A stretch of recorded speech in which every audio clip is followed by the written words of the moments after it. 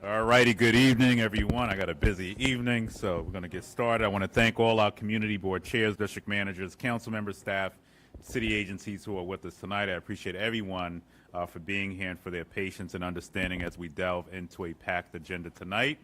As our first order of business, I want to introduce New York City Economic Development Corporation and Wildflower. As our first order of business, the Borough Board will vote on whether to approve the business terms of a land sale pursuant to 384B4 of the New York City Charter.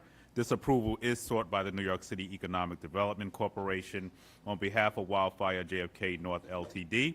and is intended to facilitate the largest electric vehicle charging station in New York City, happening right here in Queens.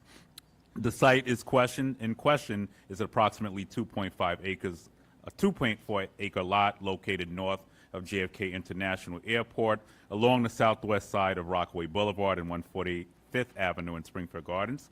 The site is on Queens Block 14260, Lot 85, within City Council District 31 and Community Board District 13. Here with us representing New York City Economic Development Corporation today are Sunitha Almiraj, Senior Vice President, Hillary Levitt, Assistant Vice President of Real Estate Transaction Services, Angie Espino, Senior Project Manager. They are accompanied by the applicants, Wildflower JFK North Ltd., Michael Bowden, Partner and Director of Development, and Taylor Mahoney, Vice President of Construction. Following the presentation, we will go to Q&A and then a vote from the Borough Board. With that, I yield the floor to EDC and Wildflower. Great. Thanks so much, Borough President, for hosting this tonight. Thanks so much. Want to echo Borough President's remarks on everyone joining us. I know it's 5:40 p.m. on a Monday evening, so thank you all. As Borough President mentioned, my name is Angie Espino. I'm a Senior Project Manager with the Government and Community Relations team at the New York City Economic Development Corporation, and I'm joined with our real estate team and Wildflower, as Borough President mentioned, is the applicant here.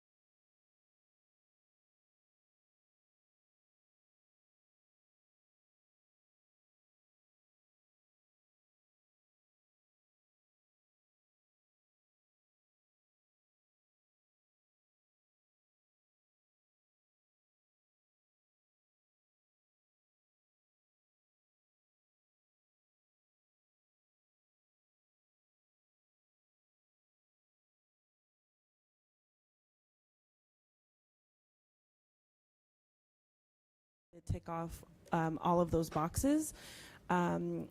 Some of you, as I mentioned, we briefed you all on this project previously. So as you heard in our conversations that Wildflower joined, Wildflower already owns more than 1 million square feet of surface parking lots that are EV ready or operating as EV charging facilities currently in New York City.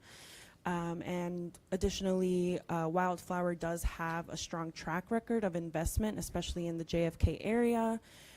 They're based in New York City and have been committed to the transition to electric vehicles. So they really do understand the importance of building this infrastructure to further support the city's goals.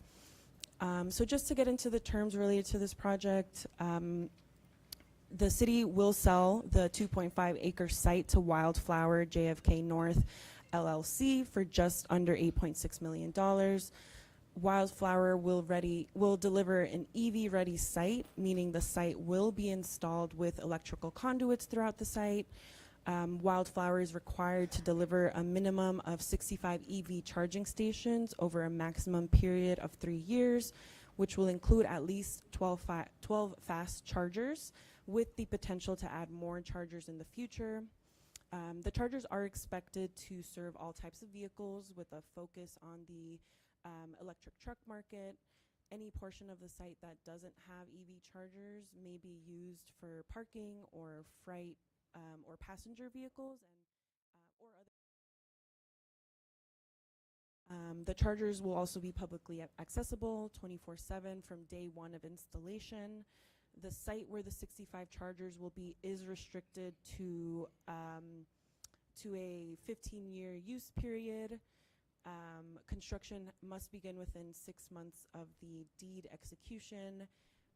The completion of an EV-ready site must be within 15 months of the deed execution, and Wildflower will be setting a 25% MWBE participation goal here. In terms of next steps, closing is anticipated to be scheduled for the fall of this year in September, and we estimate construction commencing shortly after. So that was the presentation for today. I know you saw this, Borough President, so happy to hand over the floor to you now. Great, thank you. I'm just going to get a few things on the record because I'm well aware. Just go through local hiring. How many jobs do we anticipate on construction and then post-construction? And what is your plan to do outreach to the local community and work with perhaps the local bid or local stakeholders? Thank you, Borough President. Taylor Mahoney with Wildflower. Nice to meet you all. During construction, we anticipate 50 to 65 positions, and then post-construction, we're anticipating anywhere between 10 to 15 in total. To address your outreach question, so we will be working with or alongside the bid for some local outreach. Angie had mentioned earlier, we have a 25% good faith commitment for this project for MWBEs as well. And as far as hiring local, I just want to mention that, we have a pretty good track record with hiring both local subcontractors and security consultants, et cetera, on other Queens projects that we've completed in the past. So we look forward to maintaining that commitment. And I'm very happy to see a minimum of 25% there. You agreed on a reporting mechanism, same we did for Bartlett, on the local hires and MWB contracts that should be sent to both communities board 12, 13, myself, and the local elected officials annually. Yes. At least until the project commences. Okay. And then I just wanted to go through, you talked about the bid. Are you prepared to support the bid financially? Yes. Okay. And EDC will help define what that looks like, correct? Yeah, I mean, we're happy to make the introduction to Wildflower. I think you guys might already know each other, but we can facilitate the introduction. I guess that's more of a question for SBS because obviously their assessments are made, and I would want it to be comparable to what other people are doing locally in the vicinity as well. And then just go through, I think I had raised a question. We have about $1 million, I think, in streetscape improvements for Rockaway Boulevard, which is terrible right now. Have we got any updates from DOT on when do we anticipate those improvements to start? We can definitely follow up with DOT. We weren't familiar with the streetscape until you mentioned them, so we can reach out to our good friends over at DOT to So you're going to get an agree to make update. sure you get us something in writing from DOT? I Sure. normally would not trust this before a vote, but we're going to do that. And then if you can just speak to streetscape improvements on site, or what will a streetscape look like? Sure, yeah, so the site plan has been oriented to include both shrubbery, trees, landscaped areas around the perimeter of the property, as well as within the drive aisles as well. So we are adding green infrastructure, actual green infrastructure inside the site confines. And then you'll be open 24/7, correct? The 65 public charging area will be open 24/7 to the public. In 24 hours, right? 24/7. And can you just speak to your security plan? The site will be 100% secured with 8 to 10 foot perimeter fencing around it. And then we will also plan within our tenant operator to also have on-site security 24/7. Good. Okay. All righty. I'm going to go to the floor for questions. Brian Block, CB13, then to Heather. Yeah, thank you, Borough President. You covered our question when they had the presentation to CB13. The other issue that came up was there's a piece, a parcel of land we spoke about that can possibly be used in the future for trucks, because as you know, we have a problem with trucks and parking in CB13. So you did say that could be a possibility of using that for truck parking? Yes, the site. The site? The southern portion of the site has been designed to accommodate trucks in the future as well. Right, because we have a major problem with trucks within that area in CB13. So that was my major question, Borough President. So since they give us that commitment, we have no problem supporting the project. Perfect. We'll go to Heather. Thank you, Brian. Oh, it's good. We got it. Thank you. You're wonderful. Angie, quick question, just so I can understand. The construction's going to complete at the end of 2026, but then it's going to be by end of 2029 that there's a delivery of the 65 public EV chargers.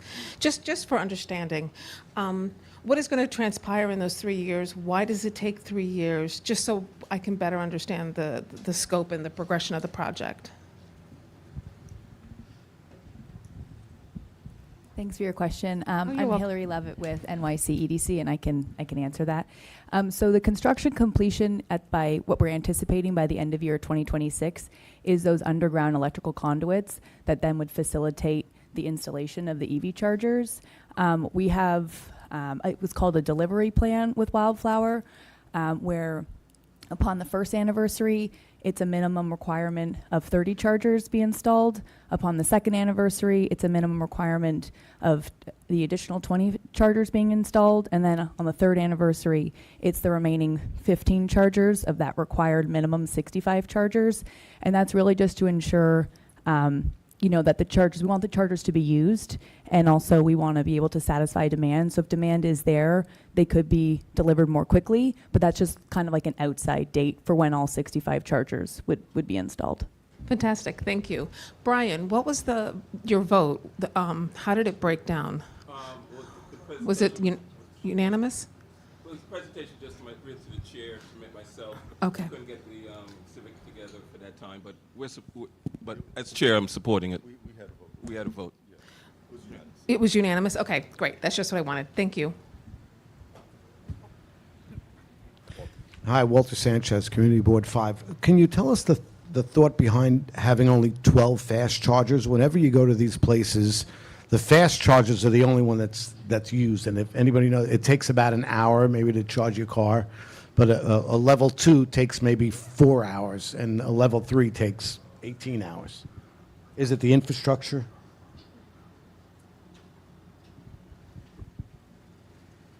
This is a question about why the level 2 charger, level 3 minimum is.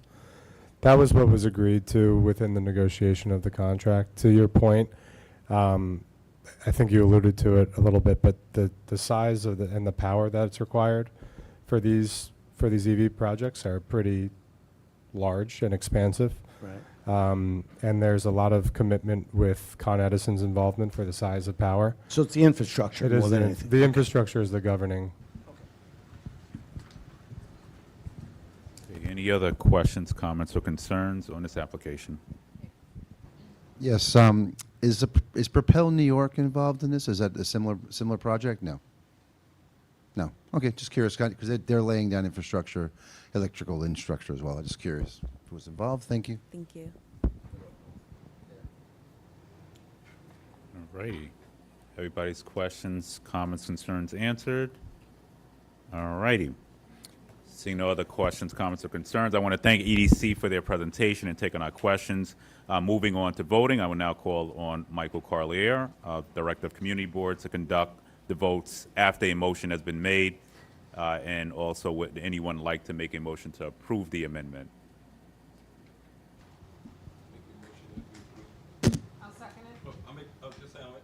Just put it on the record. Yeah, put it on the record. Yes, VP. I'll make a motion that we support the Wildflower EV station project within Springfield Gardens Community Board 13. And I'll second it. I'm sorry to interrupt, but this is a 384B4 application, which means that only some members of the board are eligible to vote on it, and therefore eligible to make a motion. So we would take a motion from any of the council members or the borough president. So Chair 13. So there's been a motion, so second. So we're good? We need a, So I second the motion. the borough president seconds the motion. All right, have it. All right, I got it. I was confused. Okay, got it. Okay.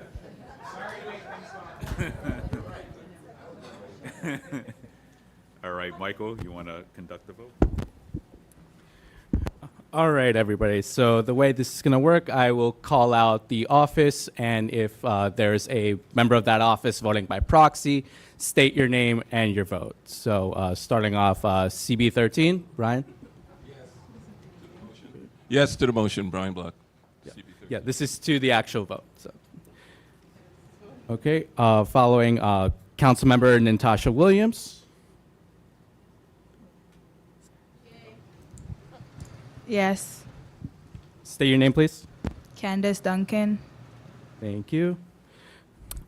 Councilmember Vicky Palladino. Eric Forte, Budget Director. Thank you. Councilmember Sandra Ung. Recognized. Thank you. Councilmember Tiffany Caban. Recognized. Councilmember Francisco Moya. Seeing none. Councilmember Linda Lee. Yes, Chief Olsenfeld. Recognized. Thank you. Councilmember James Gennaro. Seeing none. Councilmember Shaker Krishnan. Yes, Chanel Martinez. Recognized. Thank you. Councilmember Julie Wan. Yes, Ellie Lauderback. Recognized. Thank you. Speaker Adrian Adams. Oh, there you go. Hey. All right. Recognized. Thank you. Councilmember Lynn Shulman. Yes, Kevin McAleer. Recognized. Thank you. Councilmember Robert Holden. Seeing none. Councilmember Sylvina Brooks Powers. Recognized. Thank you. Councilmember Joanne Ariola. Seeing none. Councilmember Jennifer Gutierrez. Seeing none. Okay, thank you. The ayes have it, unanimous. Thank you, everybody.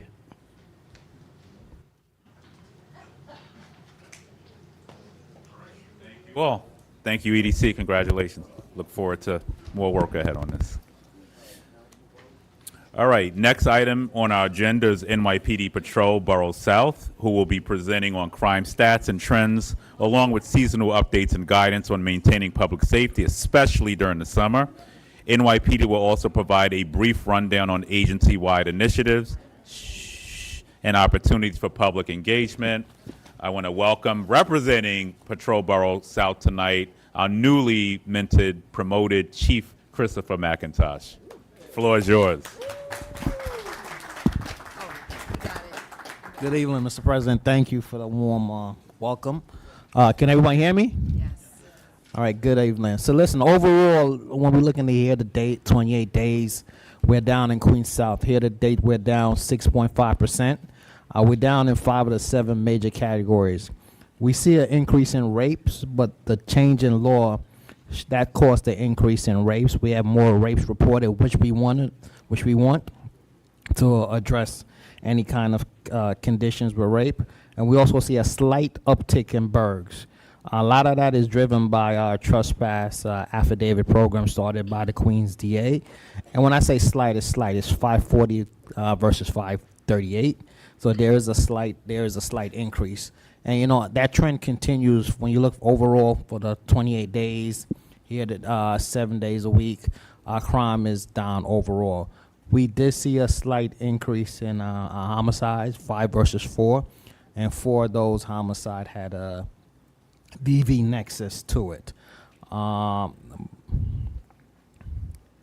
when you look in our overall precincts, for the 28 days, 4 of our precincts are up, 5 are down, but a lot of our crimes are driven by property crimes. You know, you look at our shootings here to date and our victims here to date, we're down tremendously in Queens South.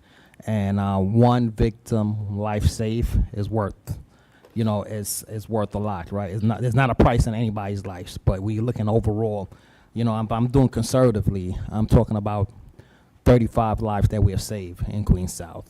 So the men and women in Queens South are doing a phenomenal job. And looking at initiatives that we're starting, we're going to roll out, you know, when we do address when we do address major crimes and misdemeanor crimes, but one of the major complaints in Queens South and probably in Queens North is quality of life. And we're rolling out the Q team. We did have a pilot program in the 101, and you know, so far the reviews are great. You know, addressing issues like abandoned vehicles, noise complaints, these scooters, right? The scooters that's everywhere, and the scooters, you know, it not only is annoying looking at as a high school, it's also a lot of crime ties to the scooters. So you look in, compare to 101, the amount of rotos that they've done, just cleaning up the streets, cleaning up derelict vehicles, abandoned vehicles, the amount of scooter summons that we have issued. And that we're going to roll this out. I'm going to say the end of August. Maybe we're slated to go mid-August. Let's go the end of August, just to be on the safe side. And each precinct will have a quality of life unit. And we bring the YCOs will address youth crime, but we also bring the traffic. We have a traffic component, and we have additional officers. Like if you're familiar with NYPD, it's not a conditions team, but it has that same mentality in addressing conditions and quality of life that's prevalent in Queens South. And I'll open it. That's all I have. I'll open it up to any questions or concerns. I'm going to knock out Queens North too. If you want to give him a seat at the table. Oh, there you go. Come give him a seat at the table. Yeah, or he can sit there.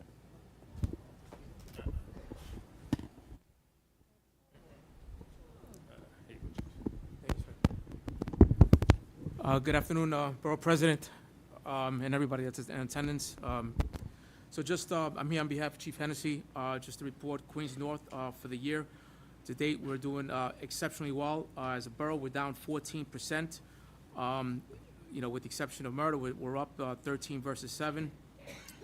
Rapes, as my counterpart alluded to, is a change of law. We've seen an uptick in 3, 109 versus 106. Robberies were down 31% for a decrease of 341 robberies. Felony assaults were down 7.3 for a decrease of 121.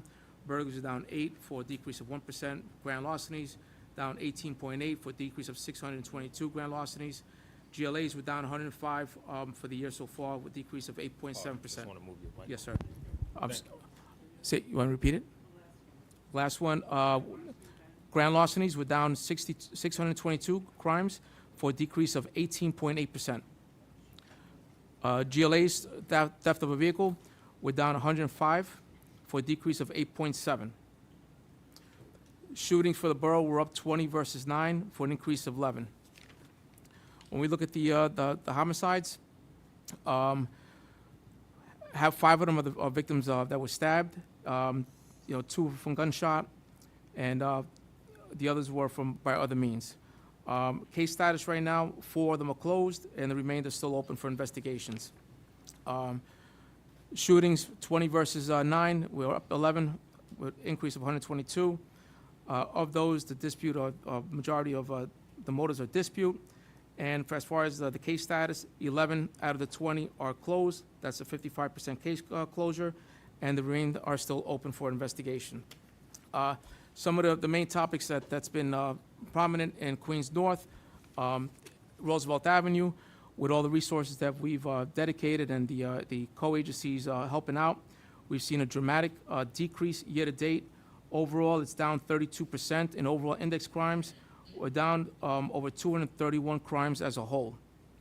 Retail theft, we're also down as a borough 19.6%. And as far as quiet life enforcement, we've seen an increase in 311 calls, albeit the leading indicators are blocked driveways. With that being said, a lot of personal homes in Queens North. If you're a homeowner, I'm sure you don't want nobody blocking your driveway. As myself, you have a driveway, you want to be able to go in and out as you please. We look to focus our attention on that. Write the summons, help the owner get a tow truck and have that car removed. Scooter enforcement, we're doing a tremendous job. So far, year to date, we've seized over 1,700 scooters, written over 8,500 summonses. We made 292 arrests, and we've done 12 borough scooter initiatives so far this year. We're going to keep the pressure on. When we go back to Roosevelt Avenue, we've focused on prostitution. We've conducted 48 losing prop operations where we targeted the Johns, made 184 arrests, 30 prostitution ops, arresting the sellers. That led to 102 operations.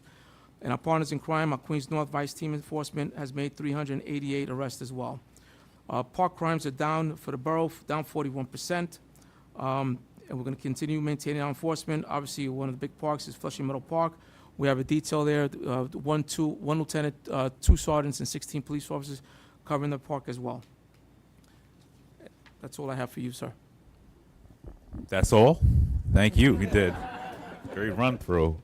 And let me thank Commissioner Tisch, who has really been a firm partner to the borough, whatever we've asked for, whether behind the scenes or publicly, she's been there, and really want to thank her for the leadership she's put in place in Queens. And a lot of what you discuss we do get a lot of quality of life concerns. How many individuals in each unit, in each precinct, I want to say, revolving around the quality of life division?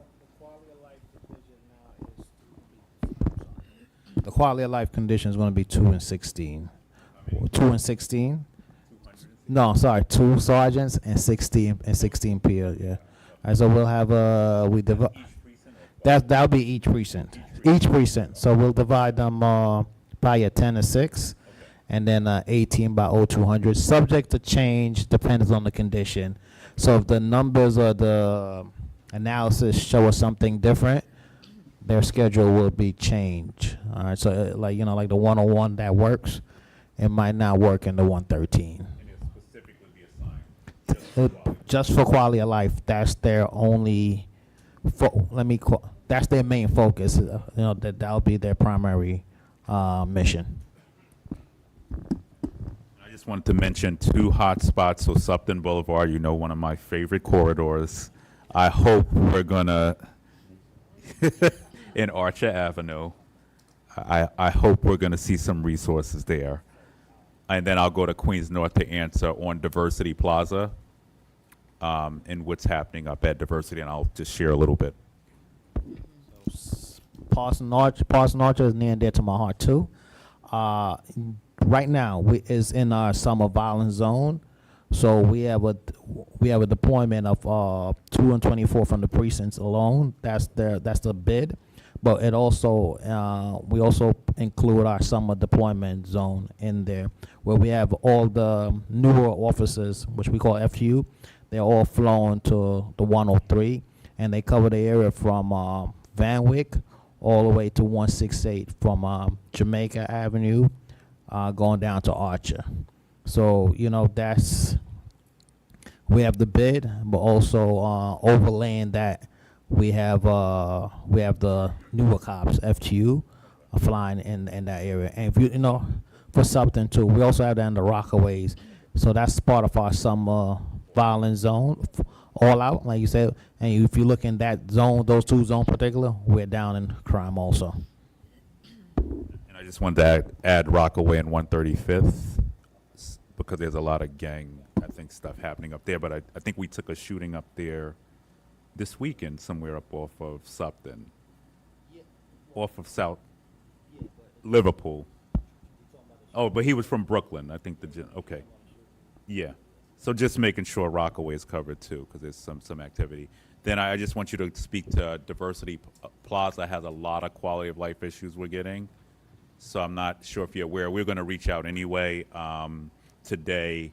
There's just a lot going on in that plaza, and the business community is requesting at least a foot post there, two foot posts. Listen, we'll take a look at it. We'll address it, and if you know, and with the resources demand, you know, I'm sure we'll assign some resources. So just why I want to figure out a walkthrough, but quality of life division to certainly be up in that area. Okay, I want to open. I could get my questions answered a different day, so I'll open it up. Start with Betty. Thank you, Mr. Borough President. Betty Brayton from Community Board 10. My question is for Chief McIntosh. You know, we're coming off the 4th of July weekend. We've got a full year before the next 4th of July rolls around. You know, one of the things that we've been seeing is the exacerbation year after year of the amount of fireworks.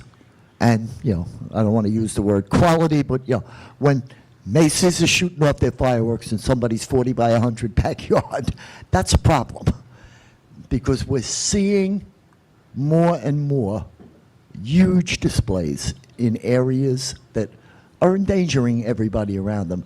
And one of the things that I'd like to ask Chief McIntosh is to provide to each of the boards and for the precincts that are within them, so that we can get some kind of a picture. We all know that we're suffering, you know, from manpower constraints all over the city.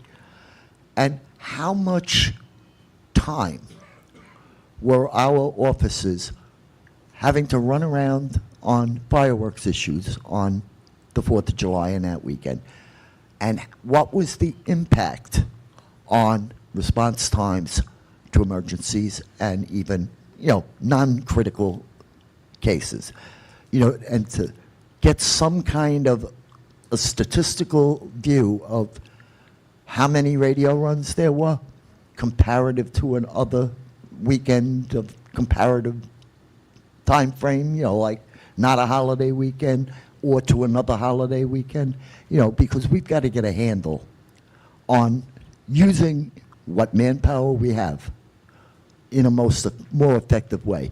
And to do that, we got to have some information to somehow get a plan developed for how we're going to deal with fireworks going forward. And that's not something I ask you to come up with an answer to tonight. And certainly, you know, I'd ask you to have your staffs look into that kind of an issue and see what we can come up with. Thank you. That's a very good question, Betty. You know, I don't have the statistic right now on the radio run compared this year to last year. But every 4th of July and this year included also, we have a dedicated team which we supply overtime to confiscating fireworks. We had some confiscation, I know, in the 116, the 107. So every 4th of July, that's part of our standard deployment plan, where we have officers like a 1 and 8, and their only focus is to address fireworks, you know, quality and confusion during 4th of July. Again, it's a lot. It's a lot. So I'm not going to sit here and, and lie to you. It's a lot. So they do address the most egregious, and again, that's relative and it's subjective, but the most egregious we do address. Can we address everything? No, but we do address the most egregious, and I'm not aware of anything in Queens South, anyone being injured from fireworks this year in Queens South. But it is a problem every 4th of July, but we do have a deployment plan that's standard.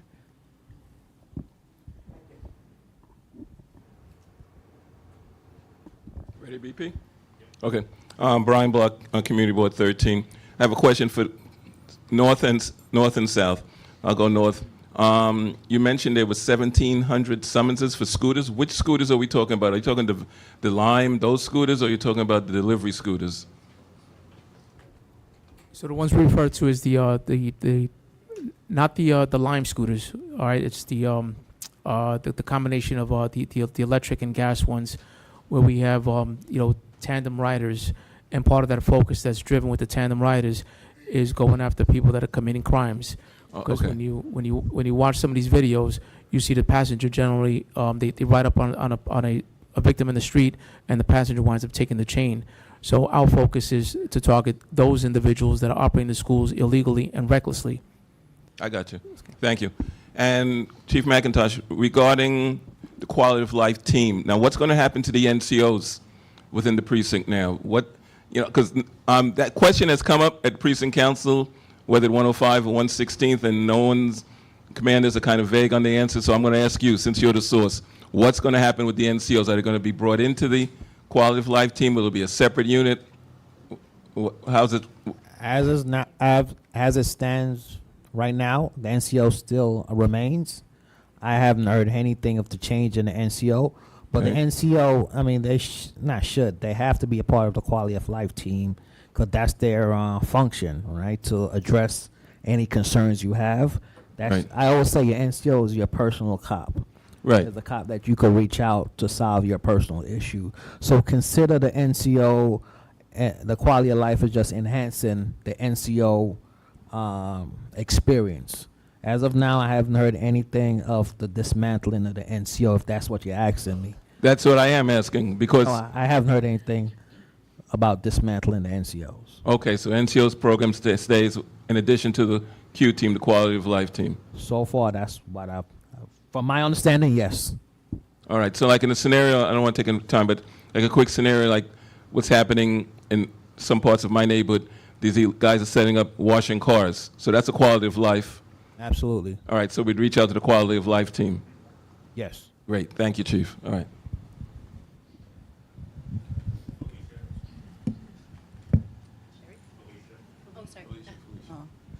Thank you. Felicia Johnson, District Manager, Community Board 14. First of all, thank you, because the 101 was one of the pilot precincts, and we appreciate it. They're doing a great job. For us, most of the NCOs transitioned into the Q team, so we still kind of had some of our same officers, which was great because they already knew the community. What we've been doing and what we've been told to do is to encourage our constituents to call 311, and that they would respond to 311, to the complaint through the 311, but that we also have numbers that if we felt they didn't respond in a quick enough manner, that they could actually reach out to whichever officers were on duty at the time. So now that I sang your praises,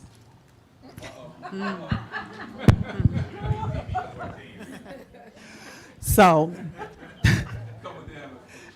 come on now. It's a soft hammer. So we still seem to be at a crossroads as to who is responsible for illegal street vending. And while it is a quality of life issue, and we are getting 311 complaints and we are getting phone calls to the community board, no one really seems to be addressing it. And so that is an issue, because for those who haven't been to Rockaway lately, especially in downtown Far Rockaway, our sidewalks are not ADA compliant. So to have people set up on the sidewalks further restricts people from moving about the sidewalks. And we would really like to have this addressed. There is a lot of vending going on. I know that a sweep happened once. They came and removed the stuff, and like 2 days later, the stuff was right back out there. I mean, I don't know if they have a stash of red umbrellas and fake gold. I don't know what it is. But whatever it is, they're back, and it's an issue. So can we get a definitive answer on what and who is responsible to address illegal street vending? So Thank you. I actually have some experience in this. I came from the 2-8, and I came from Central Park. So I dealt with vending, street vending, on a personal level. And I'm going to tell you, it's complicated. And you know what? Some of the vendors know the rules better than we do. So it depends. You know, certain rules we can enforce. And one of the things I did was in Central Park, I used normal, regular traffic rules. Like you can't do the bus stops, you can't go on a fire hydrant. But if someone has a license, I give you an example, like a veteran has a license, he or she pretty much can operate wherever. So we have to get all different city agencies involved first, see what agencies cover what offenses, what agency has what authority, and then the police is there for safety. But our rules are very limited. It's very limited. I can tell you that from experience. We are very limited. And let me just, because this is a borough-wide issue, and if you think Rockaway is bad, you absolutely. You have not been to Jamaica Avenue or Roosevelt, and part of it is, the challenge is that the city has a broken system. The city council has a package of bills that they're looking at, which would enable us to finally get some legal licenses out the door, but also to add enforcement agents to that. Sanitation right now is the agency that's doing, so if you're calling the police, that's not, they're not confiscating anymore. That was given to the sanitation department. So it was taken out of their hands. So I'm sorry, I don't mean to interrupt you, Borough President, but what seems to be happening is that when the 311 calls are called in, they are being routed to PD and not to sanitation. So I don't know who is answering the phone or who's checking, like, as the complaints come in and what they are, but that needs to be that's clearly something defined. we can look at, Please. But once again, you're not going to enforce your way out of this, right? So either the city gets a grip on the system, and it's a conversation I've had with the mayor personally. We did a pilot in Corona. We wanted to see that pilot replicated. Unfortunately, the deputy mayor who worked with us on that is no longer there, because the idea was to make sure that pilot we did in Corona Plaza could be replicated around the borough until we got a real handle on vending, period. So package of bills, there was just some legislation passed last week. There's, I think, 7, I don't know if Ty wants to speak to this, but I think there's 7 bills at the city council level right now that are being negotiated with the administration. So you cannot, if anybody thinks we could just enforce our way out of this, you're just literally running circles. They're running circles right now, sanitation is, until we get a real grip, and then we hire for more enforcement. But we saw for the issue of getting, right now I think there are like 30,000 people on the wait list for a legal license. Once we give you a legal license, then we can control it a little bit. Right now, we're in the Wild Wild West phase, and there's been no administration who's really wanted to tackle this, to be honest. So I don't, because as soon as we take you from here, all right, we're going to squeeze you on Roosevelt, all right, you're going to Jamaica Avenue now. So for us, it's just ping pong right now. So that's just, it's an uncomfortable conversation, but I would be lying to you if I didn't tell you, if we don't resolve for the issue, we're going to continue to see it fester this way, especially in a post-COVID world. Good evening. Chief McIntosh, I have a question for you.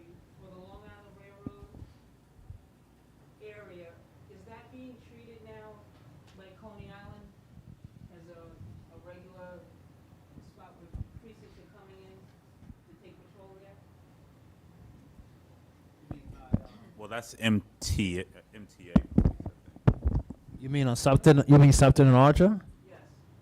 You say if other precincts are coming in? I'm asking you, are you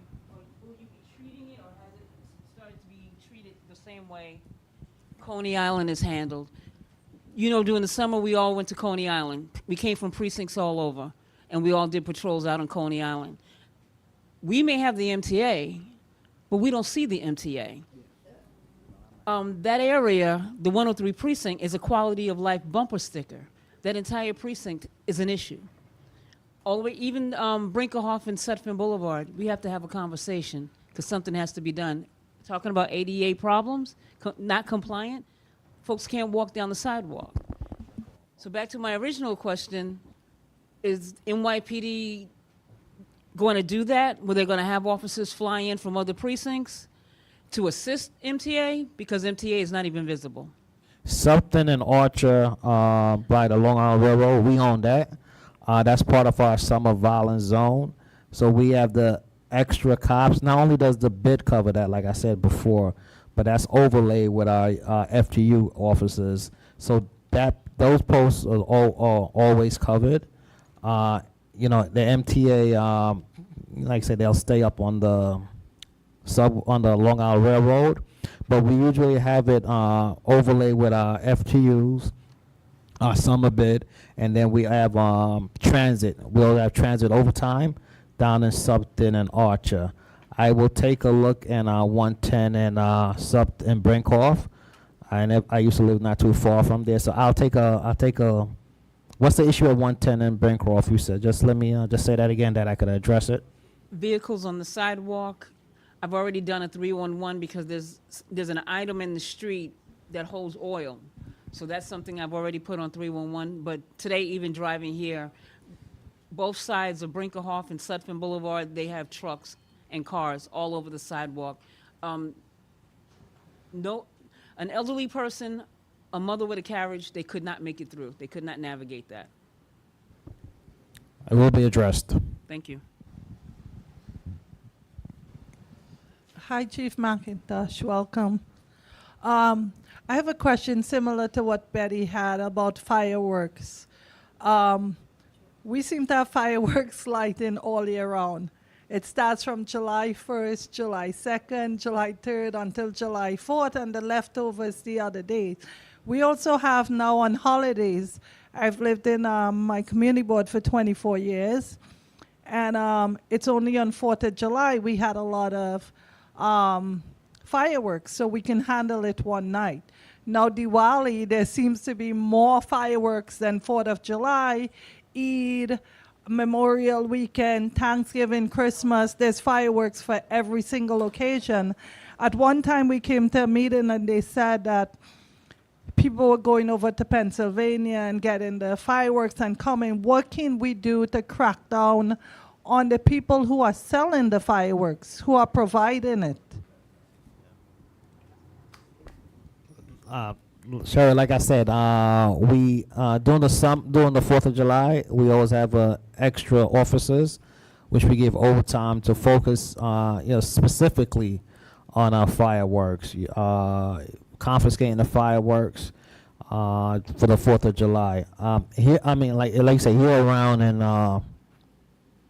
the 106, I do realize that there are some fireworks. But what we will do is, this will be a good thing when we start the quality of life team, because that will be one of the main focus of the 106 quality of life team. And that's why the quality of life team is a good thing, because it will be precinct specific, right? The specific conditions that precinct is complaining about, the quality of life will handle that specific condition. But starting in August, we will have the quality of life team, and that will be a top priority for them in the 106 and the 102 too, because I do know the 102 also have fireworks celebration or festivities. And if you have specific locations that's narrowed down, that's even better. We should have those locations. Could I just add something, please? Just as a general footnote, whenever you call in 311 or 911 for that matter, try to be as detailed as possible with the information, because obviously in a city of 8.5, 8.6 million, I don't know what we have now, but obviously there's a lot more residents, visitors, people that work here. that could see things a lot faster than we can. So if you know somebody who's actually selling fireworks and you know their name, you know what car they're driving, if you know their phone number, just call it in. We will entertain it. We will open up an investigation on it, and we will address it. I know years ago, and I'm going to date myself, we used to send NYPD resources out to Pennsylvania to sit at some of these fireworks. And yes, we would follow them back into the city. Once you go into you cross city line, we would make the arrest and we would confiscate the cars. That was incredibly impactful, but with the scarce resources that we have to pick and choose on how we deploy our resources. But something that can help us is the information that comes in from the city residents.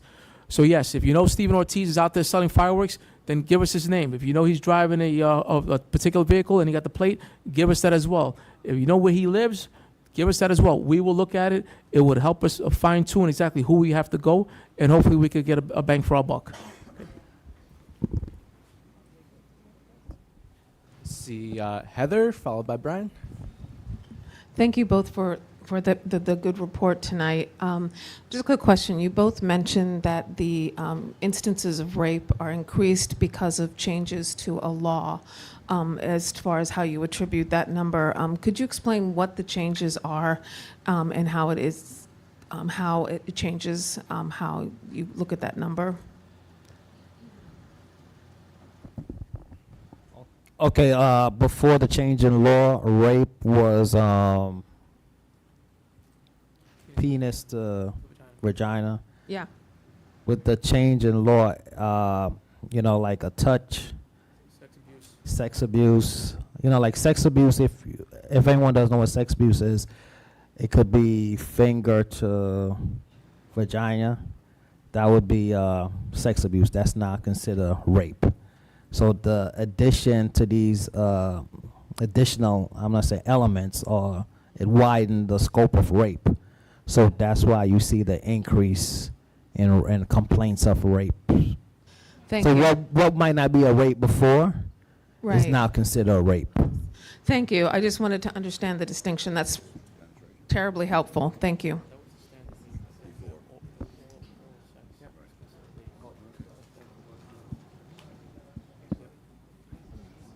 So no, just to clarify, so your traditional rape was considered penis to vagina, but now if a victim is succumbed to perform oral sex, that's now considered rape. So that's how the scope gets expanded. So they broaden the definition of rape to include other sexual crimes as well. Okay, I saw Brian, followed by Paul.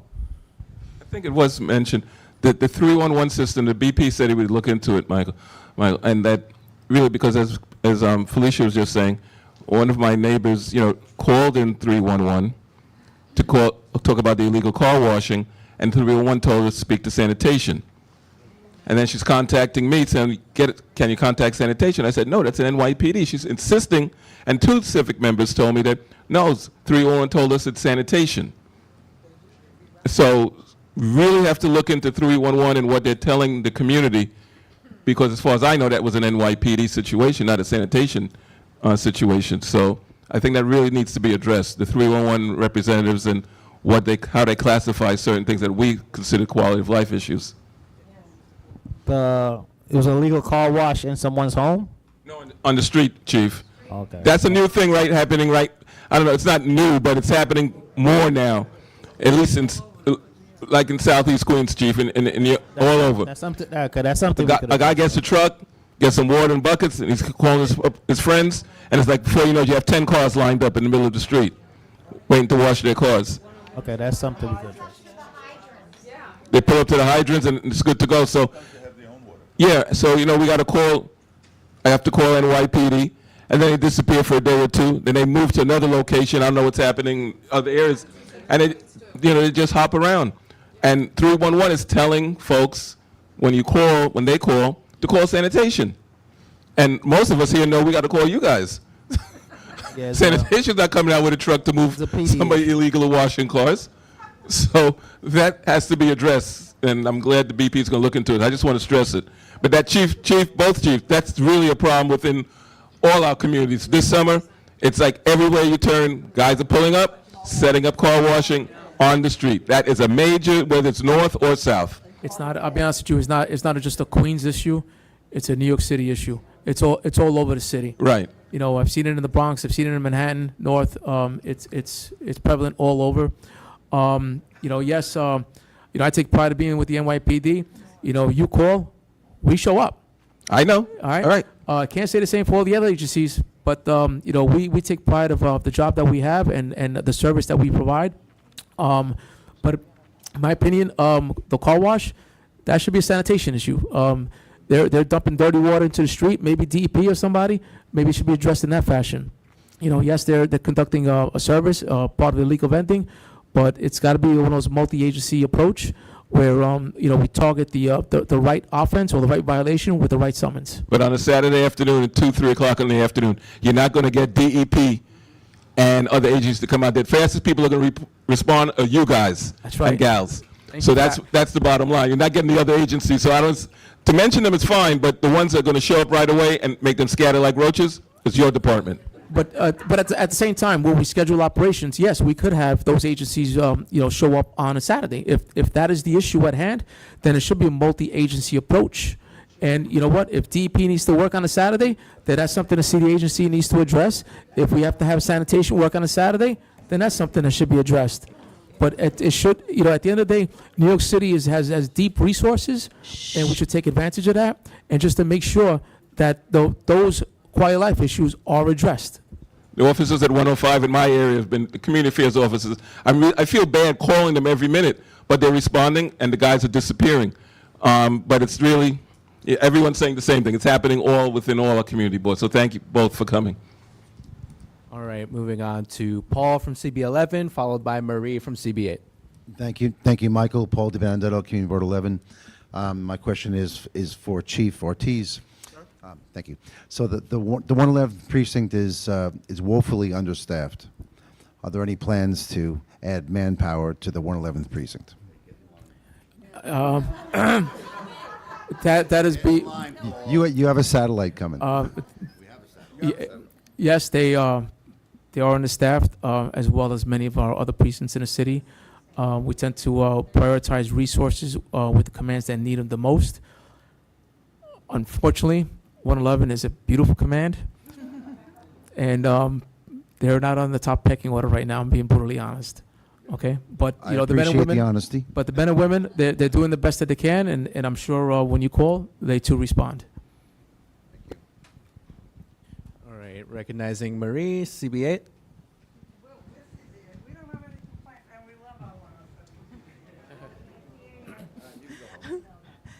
It is not a complaint.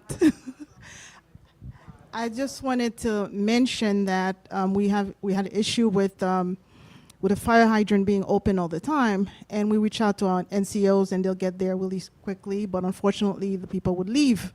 So I thought that Commissioner Lopez was leaving, so I quickly went out to speak to him, and he said there's something maybe DEP can do about putting some sort of a lock on the fire hydrant so that only the fire department will be able to access the fire hydrant, so that could possibly help in solving the problem. Since I didn't bring it up in the big forum, I just wanted to mention that. So then, since we're going to be working with the 107 precinct and DEP and the fire department to possibly have the particular fire hydrant locked, I thought that would bring it to the rest of the body. Maybe that's something they can use. Okay, thank you. Just.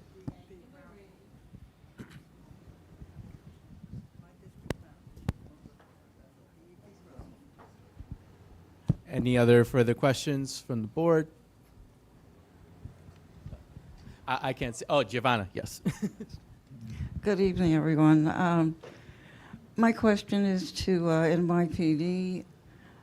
We also have a proliferation of auto repairs, particularly in my district. Just like they are doing the car washing, they also are doing on-street auto repairs. Which agency is responsible for addressing that issue? No one seems to want to take responsibility for it. Okay, was the Department of who issues license? No, Department of Community Affairs. No, consumers. But you know, especially in Queens South, I know exactly what you're talking about. Merrick. If you're talking about the Merrick corridor, what are you talking about then? I'm talking very specifically 95th Street between Northern Boulevard and 32nd Avenue, 77th Street, I believe it is, 76th Street.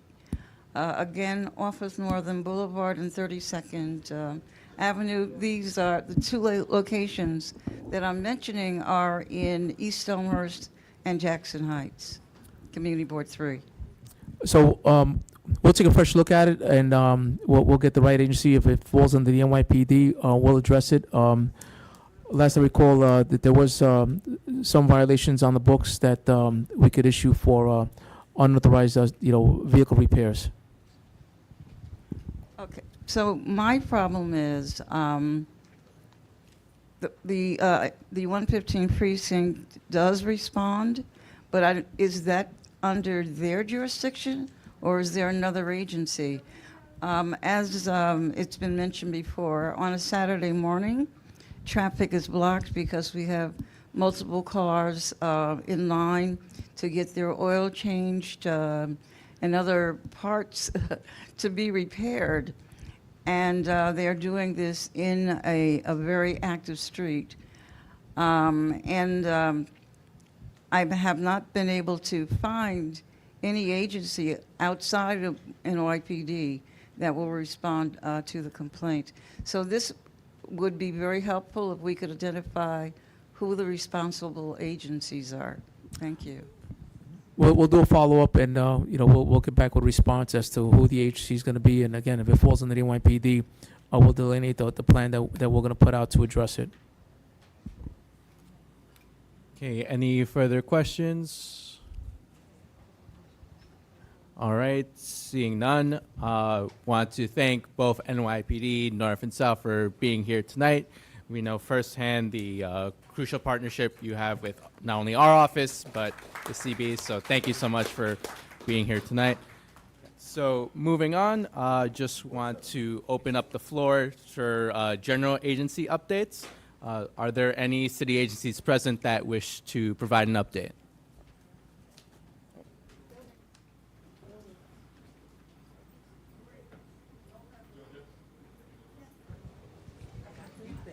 Yeah, I see DDC followed by Department of Buildings.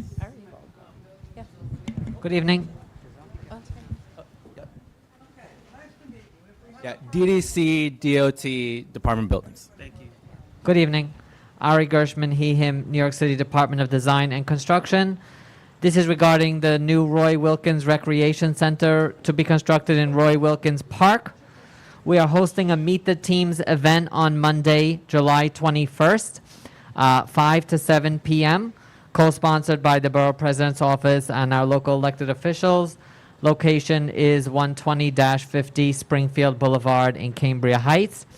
And this is to encourage MWBE and local firms who are interested in opportunities to participate on the project, and all are welcome to attend. Thank you.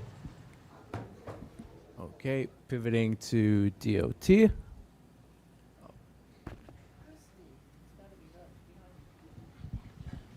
Thank you. Good evening, all. Christy Vanterpool Germain. I'm one of the borough planners at the DOT Queens Borough Commissioner's Office.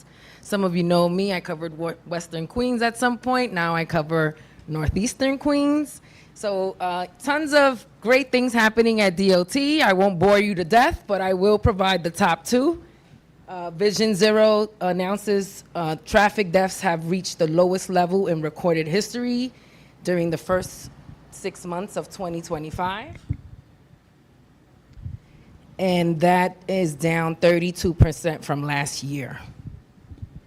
I don't think you guys heard me. Traffic deaths have been reduced down 32% from last year. Thank you. The next update is Summer Streets. Fan favorites.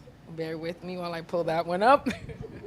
5 Saturdays this summer from 7 a.m. to 3 p.m. Roadways turn into public spaces filled with tons of free activities from yoga, art displays, etc. Queens and Staten Island make their debut on July 26th. Manhattan on August 2nd and August 9th, followed by August 16th. And then lastly, Brooklyn and the Bronx on August 23rd. And details of the route map can be found on our website, nyc.gov/DOT. Thank you so much, Christy. Pivoting over to department buildings, followed by CEC. Hi, good evening, Laquan Lloyd, Department of Buildings. All my community boards know who I represent. I appreciate all of you.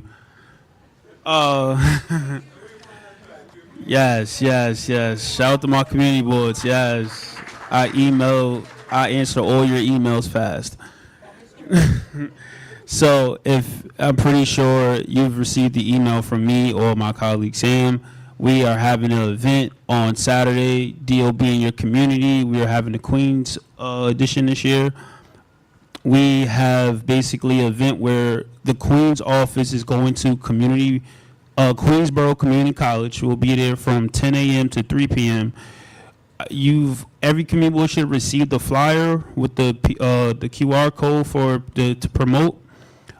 Dudes also have flyers. They're bringing the Queens office here, so all the units that you email me about to help people will be there. So please tell your constituents to please come out if they have any questions. We're resolving violations. They want to speak to a planning examiner about anything pertaining to maybe they want to build something they don't know.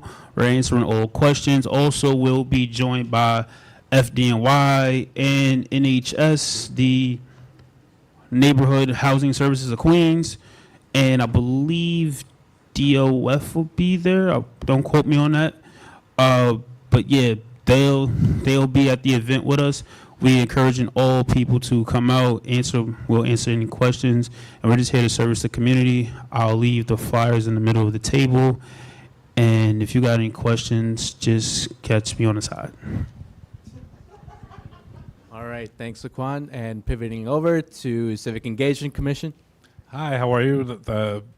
It's great to be here. Sorry it's taken me so long to get out here. My name is Benjamin Solitaire, Senior Advisor with the New York City Civic Engagement Commission. Just wanted to basically say hi and put names to faces. We've been offering trainings to CB members for the last few years. We will continue to do that. I'm meeting with Michael and Alan tomorrow to talk about how we can best serve the Queens boards. We also just wrapped up the People's Money voting. Everybody here vote in the People's Money? All right, thank you. As always, as has been the last 3 years, Queens is in the lead in the number of votes cast in that process. We're not done. We got a few thousand more ballots to go, but right now Queens has cast 36,532 ballots. So with Brooklyn at 30,000 being the next contender. So you guys know how to turn up for this process. And then we'll be announcing the 5 projects that will be serving some neighborhoods in Queens soon in a couple weeks. So we look forward to that. We also, of course, do voter language interpretation for voters during primaries in general. We don't have a lot of sites. We can't cover all the sites. We have some in Queens. We have an algorithm that tells us where we can deploy our resources best, but we try to make sure that we get to as many places as we can, because everybody has the right to vote in their language. Again, yeah, hope you guys are looking forward to the summer. We'll be rolling out a bunch of new trainings and interactions with your boards in the fall. So just wanted to come out and say hi, and I'll try to be back sooner than later. All right, thanks so much, Ben. Lastly, I see DEP. All right. Thank you all. Since I'm the anchor, I'll be very quick. Two things. First, thank you all. Over the last few weeks, we've been doing the Flood 101s. We've mostly covered pretty much everybody, plus 2 for the BP, plus like 4 civics. So it's been great to prototype this Flood 101 to kind of get the word out on some of these things. We're going to keep doing these. We're going to keep doing these. So if there's issues, topics that folks are telling you, hey, I want to know more about X, Y, Z, let me know. So as we're building out the next round in the next couple months, we can keep that in mind. And just thank you generally for the partnership. I'm approaching my first year here, which is crazy. So August 5th. So we're getting there, unless they get rid of me before then. But we'll, but the one thing I think is relevant for today, as many of you know, we issued a flash flood alert with heavy rain projected today. I want to keep everybody safe. Keep the 301s coming in. If you hear anything, all of you have my contact. Send it to me directly. We're keeping an eye out for that. So as the weather does what it does, we'll be mindful and we'll keep an eye on things. But if you hear anything, you need anything in particular, give me a shout. Thank you. All right. Thanks so much, Alfonso. Last call for any city agencies present. Seeing none. So lastly, just want to thank all the community boards for being here this afternoon. Looking forward to our next meeting, which will be Monday, September 8th for Borough Board. Borough Cabinet will be Tuesday, September 2nd. This was a joint session. We're taking August off. So yeah, just looking forward to working with you through the summer. Thank you, everyone, and have a good night. Thank you. Yeah, September 2nd for Borough Cabinet and September 8th for Board.